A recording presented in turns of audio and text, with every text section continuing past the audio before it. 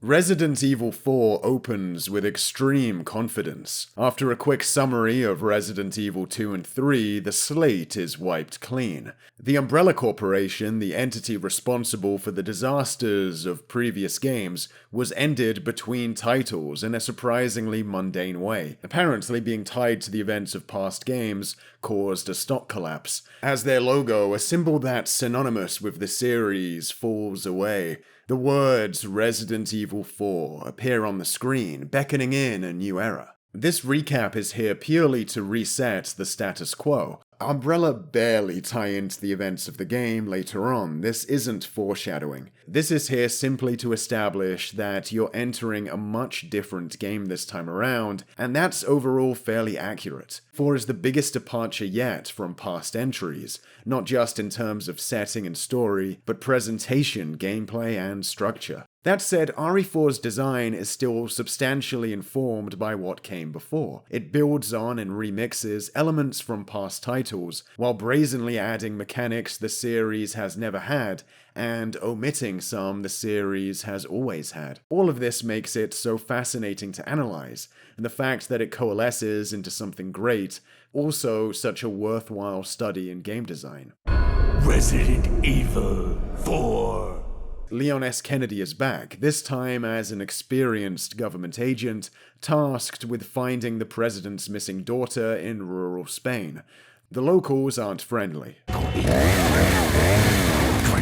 Chainsaw. Like Code Veronica, RE4 ditches the pre-rendered backdrops all the numbered entries had made use of up till now. Unlike Code Veronica though, which didn't make significant gameplay alterations with that change, RE4 positions the camera directly behind the player at all times during regular gameplay, allowing for control over where it's facing. I'd say it's most reminiscent of the unlockable shoulder camera angle from Silent Hill 1, that made it so the aim button would always bring the camera behind the player. The biggest difference between SH1 in RE4 and older Resis in RE4 is that it doesn't have a lock-on. Here, when holding the aim button, you have free yet precise control of where your gun is pointing. This opens up a well of opportunities for combat depth. Up to here, Resident Evil titles were really struggling to come up with fresh combat scenarios after 6 games of its basic lock-on gunplay. But now, this manual aim system means that enemies can have a larger array of weak points. You can shoot legs to slow enemies down, deflect incoming thrown objects, or stagger foes with a shot to the face. Certain weak points can trigger context-sensitive prompts that can be used to perform special attacks that hit multiple foes. Bosses also benefit drastically from this change. Compared to past titles, they can move around the environment in more complex ways, and have more creatively placed weak points. This lends them a great sense of identity, more memorable than just one big giant hitbox gliding through the level. This manual aim system increases the challenge, having to drag your sights over to an enemy yourself. But the added freedom and larger array of potential weak points means that mastering the aiming will make a player more efficient and deadlier than in the prior titles. To compensate, enemy numbers get bulked up. You're frequently dealing with big hordes of enemies this time around, or a substantial group of enemies with 1 or 2 bullet sponges thrown in as well. Just like before, to attack, you need to plant your feet and hold your ground. You still can't move while aiming, so the intense rhythm of combat of past games becomes even more intense here. Weighing up whether you have time to keep shooting before the first enemy reaches you, or whether you should go reposition, becomes an even more intense affair, with so many enemies descending on you, and with so many different weak spots in front of you to choose from. It makes for tricky split-second decisions. Some areas let you delay the assault by knocking down ladders or barricading doors, giving you even more to factor in. You can no longer reload in the menu either, meaning you have to create a safe space to do it now. Enemies still hit super hard too, but unlike in past titles, you take that massive damage pretty quickly before regaining control, keeping the pace frantic and hectic. Combat is less logistical, weighing up whether you have enough bullets and space between yourself and an enemy you're locked onto to kill them before they reach you, gets swapped out for play far more reliant on your dexterity. reliant on reaction times rather than pre-planning. Not to say that pre-planning isn't still important, like in classic Resi, keeping all your weapons fully loaded so you can perhaps switch to a different gun painlessly at a moment's notice is a good idea. You still have limited inventory, so keeping a balanced selection of ammo and healing items for different scenarios can also make a difference. But now your success in combat is going to depend a lot more on your reflexes. Of course, with the switch to basically one angle for the whole game, you do lose a little something. Sometimes the camera zooms out a bit to give you a better look at a larger area, or zooms in to increase the tension and feeling of claustrophobia. But this to me feels like the game standing on its toes to look taller. It struggles to reach the stylistic shelf its predecessors could effortlessly. Thankfully, Resi 4 has pretty varied environments to make up for it, but framing everything you see in the exact same way does eliminate the personality a lot of past Resi environments were offered, with their tasteful, considered angles and different ways enemies could enter onto screen. Here the levels all look different, but feel similar. They're like different songs, but all with the same tempo. Now you could imagine a game where the camera angle remained out of the player's control while moving, and holding aim could bring the camera behind the player for them to survey and shoot. In fact, pre-release versions of Resi 4 seem to be aiming for that style, and honestly it does seem like the best of both worlds if it were to be implemented appropriately. The initial village mob attack at the start of the game really benefits from the camera staying behind Leon at all times. You feel kinda trapped and boxed in with these possessed lunatics, and some big long shot of the environment could undermine that by showing that the GameCube can't load in and isn't loading in that many enemies during gameplay relative to the size of the area. The tighter viewpoint helps create the illusion you're being mobbed by a whole town. But for more intimate settings where you're being stalked by one or two foes, or when trying to get across the scale of some vast environment or area or even enemy, throwing in some fixed angles during gameplay could have really elevated things. It's not that simple, of course. There's a reason you have to unlock this mode in Silent Hill by beating the game. This isn't an ideal way to experience that title. It's not a very polished mode. There's a lot of areas of the game that aren't prepared for you to be playing around with a view like this one. The amount of time it would take to curate a polished series of extra angles for Resi 4 would have to be considerable, not to mention having to work around the potential hardware limitations of the time to get the job done. Now, what's interesting is that Resi 4 could have made the changes to combat and camera that it does without making drastic changes to the level design. But that's what was done too. Rather than the levels being puzzle-like mazes, the game is a series of linear challenges where you pick up funny-looking keys to open doors, but this time almost exclusively in a straight line, one after the other. Now, without further ado, the Resi 4 flowchart.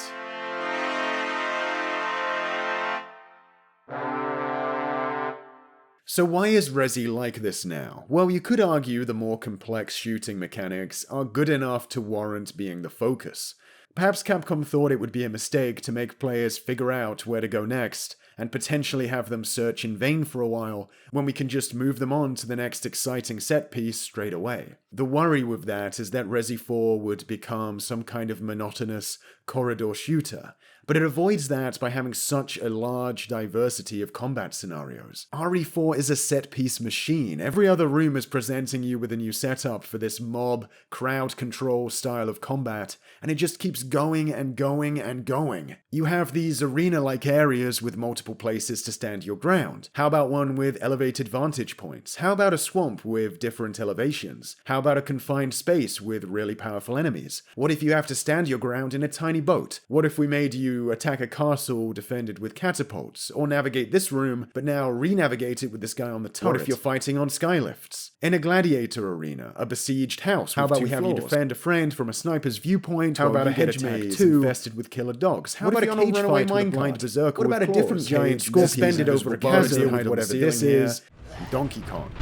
What's great is that areas that don't have a specific unique gimmick usually still have a distinct layout. with interesting different vantage points to take advantage of, and unique ways enemies can approach you. It's like a weird dream game. You're never getting bored because the fundamentals are rock solid, and you're constantly being given something original to use them against. I can see why backtracking or getting lost interrupting this would have been vetoed. The game could have been less linear, giving you the option to do one path or another, more here and there. But that kind of non-linearity, where it's just a question of rolling the dice to decide what path to do first, is less interesting to me than trying to make informed decisions about how to get somewhere and how to sweep a location efficiently. That's what made the non-linearity present in past Resis compelling. And what's interesting is that Resi 4 does still have that kind of experience, sometimes, but in isolated bite-sized chunks. Take this early segment where you're thrown into a kind of self-contained arena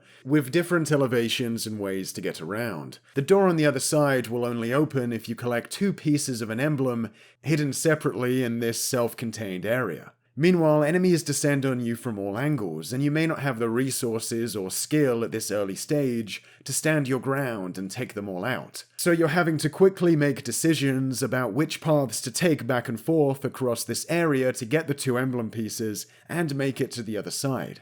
You want to take paths where there aren't a lot of foes to block you, where there's good spots to take out a few, while keeping an eye on areas of the environment you can leverage against the mob, like high ledges or explosive barrels. It's like the experience of a map in classic RE, shrunken down to a more compact, hyper-aggressive format, where you're making decisions and plans that used to take minutes to execute, now back-to-back in seconds. This scenario may sound like a typical one for an action game, but given your restrictive movement, how hard enemies hit, and the sheer number of them, it gives every decision made, no matter how quick, a weight, analogous to some degree to the choices we were forced to make in past games. You're holding back overwhelming opposition while trying to navigate a cramped series of halls, while collecting keys, with good preparation playing a significant role in your success. That's pretty Resi, even if here it's contained to more hyperactive, bite-sized chunks. Even if you're not collecting a couple of key items in an area you need to open a door, there's a lot of arenas in the game that are constructed like this, where you have to navigate a self-contained, winding series of paths that enemies start flooding, crisscrossing back and forth to press 2 buttons that open the door out, or activating something at one end that activates something back at the other end that opens the door out. The game could have perhaps done with more of these sort of segments, but you can tell there's a giddiness to experiment and try out the new combat system in all kinds of mad ways, now that said aiming can accommodate so many scenarios. Something I'd be very interested to know is at what point during development enemy drops were included, because frankly, out of every change this game makes, this is the biggest.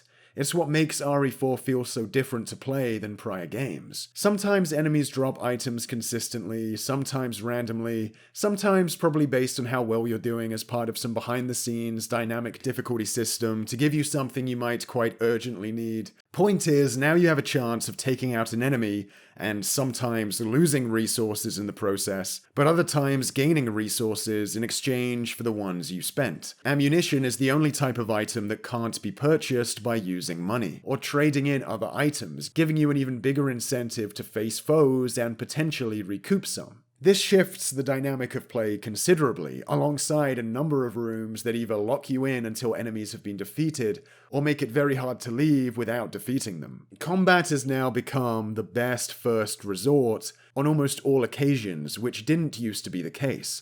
And that is a big difference. More than the camera angle or aiming system. Thing is, enemy drops and locking you in rooms with enemies is effectively mandatory in a linear RE game. Why kill enemies in previous games? Slipping past them is usually a risk, yes, but it would be far more tempting if you knew you weren't coming back there. A big reason to clean out enemies was so that you could make return trips stress-free. If a Resi game were linear like RE4, but you weren't encouraged in so many ways to fight enemies, it often being potentially a net benefit for your wallet and inventory even if the doors aren't locked, running away and slipping through to the next area would be a decent strategy to rely on. My mind goes back to this tunnel at the back end of RE2. Notice how tight the hallway is here. The game wants you to fight the enemies, but you know you're never coming back here, so you're squeezed in to make slipping past difficult. Elements like protecting Ashley at certain points also prevent you from slipping through quickly,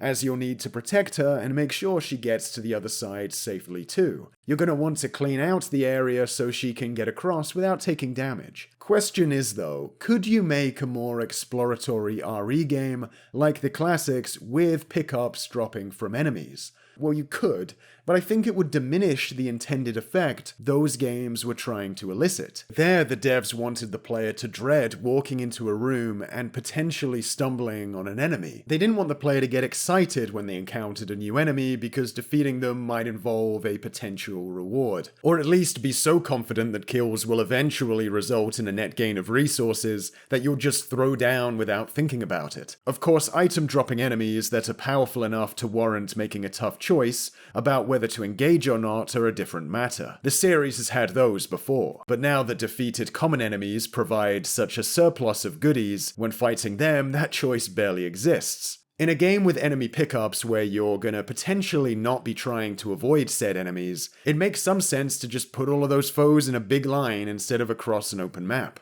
In titles like previous Resis where you often wanted to avoid enemies, you need a lot more to engage with outside of the combat, like solving a maze or puzzles, hunting around for key items and resources, and managing it all. RE4 hones in on its combat as the focus. It's something you're gonna want to do and a lot of the time have to do, and that means other elements get a reduced significance. Key items no longer take up inventory space, and puzzles are so basic they can barely be considered more than break time between fights. I wonder what came first. Did the linear levels inspire the need to incentivize combat further with drops? Or did wanting to reward the player more like that to get them to engage with the new combat make the linear setup make more sense? Or was there simply an overall effort to up the pace of Resident Evil, and more complex shooting, linear levels, and enemy drops were all introduced independently, and they just so happened to work really well together? Either way, they do. All of these elements complement each other well, and even though we lose a lot of decision-making without the maze, and focus on picking wisely which enemies to fight or circumvent, you get a lot of choice back with the new trading system those pickups play into. In this game, you can purchase weapons, weapon upgrades, weapon attachments, maps, and health items, but no ammo, as I said. Cash can be dropped by enemies found in the environment, or received after trading in items. Obviously, you need to pick and choose where to invest your money, but what really holds this shop system together is a lack of item boxes. You can only keep what you're carrying on you. Not everything about RE4 is trying to streamline out dilemmas. You can't buy every weapon and stash them somewhere between save points. Buying or upgrading a weapon isn't just a commitment because you've used some cash, but because if there comes a point where you don't want it anymore, you'll have to sell it back at a loss and lose any upgrades it had. This incentivizes coming up with a playstyle and sticking to it. The fact that you can sell practically anything means that if you really do want to concentrate on just a couple of weapons, you can funnel other things you won't be using back into upgrading them or to beef yourself up in other ways. There are so many approaches, and it makes the game even more replayable. The inability to buy ammo does limit your approach a little though. An initial appraisal presents some good reasons why you can't. Aside from using this vital resource to encourage behavior elsewhere in the game, you could imagine being able to exchange all your items for a mountain of bullets, making a joke out of difficult segments. But that argument doesn't really hold up to scrutiny. If upgrading a weapon can refill its ammo, and you can purchase one-time use rocket launchers that can one-hit kill a boss, I don't think offering some expensive ammo to purchase at the merchant would undermine the game's balance as it is. If you upgraded, say, the shotgun more than the pistol, I don't think it would hurt to be able to trade pistol ammo in toward some shotgun ammo, if the shotgun ammo were to be priced high enough to make it a purchase not carried out lightly. Now, Resident Evil 4 is still an intense, nerve-wracking experience with a lot of decisions to make, where you flow in and out of feelings of intense pressure and intense catharsis. So in that regards, it follows on from previous games quite well.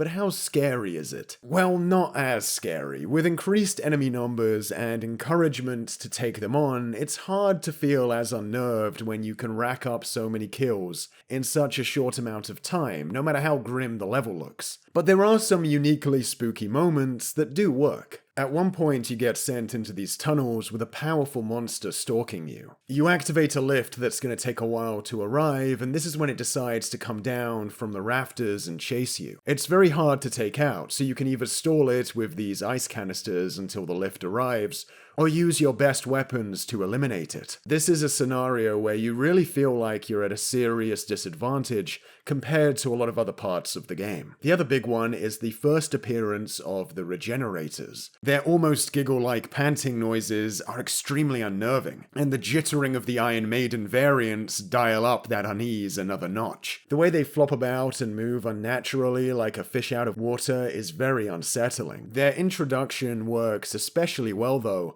because that initial reveal is given sufficient build-up to put you on edge before the first one makes an appearance. Suddenly the game goes all quiet, throwing you off after so much action. You see one lying on a slab out of commission, and when it starts coming to, it's out of sight. So you get to hear the horrible noises it makes as it wakes up and starts walking towards the door that you're on the other side of.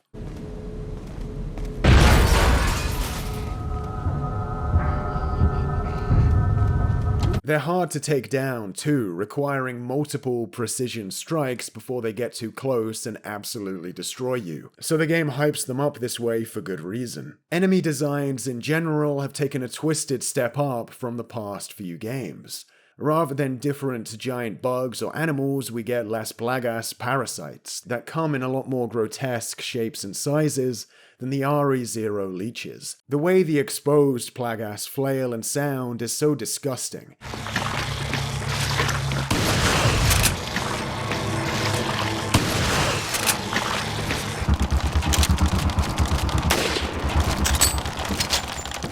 And they don't need the same music sting to kick in every time they appear to remind you they're dangerous. The Regenerators and their spiked counterparts are the standout though when it comes to scary enemies in this game, so it's interesting that after your first encounter with them, you then play Crane Machine with some baddies. This is why it would kind of be hard to do a play-by-play of this entire game for you all. The title is such a random assortment of tones and activities that there are very few prolonged sections where we settle into just one rhythm or mood and build on it. In a way, I kind of respect the gall to just play it so fast and loose and seemingly not care to build up any one consistent theme for too long. It definitely stops the game from getting boring. Every 10 minutes presents a new type of challenge or scenario, and when looked at like that, it's hard not to be impressed. The game can keep that up for 12 to 15 hours. By the time you're trading blows on an island with military infected and trying to outmaneuver Regenerators, it feels like a fortnight ago you were fighting amongst cows and chickens in some farm. The series adds these button prompt challenges. During gameplay or not, buttons will occasionally flash on the screen, and you'll have to quickly hit them to get the best outcome. I'm in two minds about this inclusion. One thing I like about it is that these prompts have a chance of appearing in cutscenes as well as during gameplay. And the first time you play, there's no way to tell you've entered a cutscene that will have one of these challenges till it happens. They make the cutscenes feel like more of an extension of the gameplay. And look, there aren't many games where I was holding my controller paying attention intently during cinemas when Resi 4 was new. On the other hand, sequences where you have to mash a button don't work for me. I've already passed the timing prompt by hitting the button the first time, the rest is just busy work. One thing that gets a welcome makeover is the inventory system. Instead of 6 to 8 pockets for one item each, you get a grid-based case where you can maneuver items of different sizes around in. It's rewarding to organize your inventory effectively to squeeze out the most room possible. But the best thing to me about this new system is that it lets you organize things in a way that's personal to you, how you would rather see it be laid out. You get to interact with your equipment in a more tactile way by picking each item up and displaying it where you'd prefer. Because of this, I feel a closer attachment to my equipment than before, which is cool in a survival game all about picking the right tools. Speaking of inventory, one thing I'd say is almost an objective improvement is that now the knife has its own dedicated button, so you don't have to go into the menu and switch out your gun for it. This really should have been present in the older games. Even if those games had allowed for this, the penalty of losing an inventory slot to the knife still could have been present, even if it's not in RE4. Giving it its own button just saves time from having to pause the action. That said, even at the time of release, the lack of an option to switch to any other weapon without pausing felt off. It's just clunky with how combat is so encouraged now relative to past titles. This is one way in which Resi 4 stays faithful to past entries that feels misguided. Perhaps it just wasn't possible to load in a large selection of guns fast enough for on-the-fly weapon switching through your whole arsenal, but you'd think they could have at least pulled it off for the grenades, since asking you to pause and switch out your gun for one feels especially clunky. It's even worse if you use your last grenade, because Leon is just left awkwardly standing around unarmed. What has changed now is the save system. There are no ink ribbons and you can save as many times as you want. There's even checkpoints which have been added between typewriters. Honestly, it makes some sense. This is a linear game now. The choice of whether to use an ink ribbon or not was informed a lot by which potential route you might be taking next, and assessing how dangerous it might be to go down. Whether you know or maybe think there'll be a lot of enemies coming up. Here the only path is forward, and there are definitely going to be enemies down it. The story Resi 4 tells starts really strong. I like the bold decision to end the Umbrella plotline, as it sets the story off on a mysterious, uncertain note, and the characters introduced in the village allow for a fun dynamic. But that eerie mystery presented in the opening areas soon dissipates and swaps itself out for comedy villain antics and a main villain who's given not much texture or motivation, but also isn't enigmatic enough to be entertaining despite that. There's not really a villain who manages to get under your skin via gameplay consistently throughout the title, the way something like Nemesis did either. Some characters feel like they're from different games altogether. Luis is a fun, charismatic side character that contrasts well with Leon, but he enters and leaves the game before Krauser is even introduced. A super edgy ex-partner of Leon's turned rival who shows up too late to build a relationship with the player. It definitely feels like the plot was rushed after years of this game going through different iterations.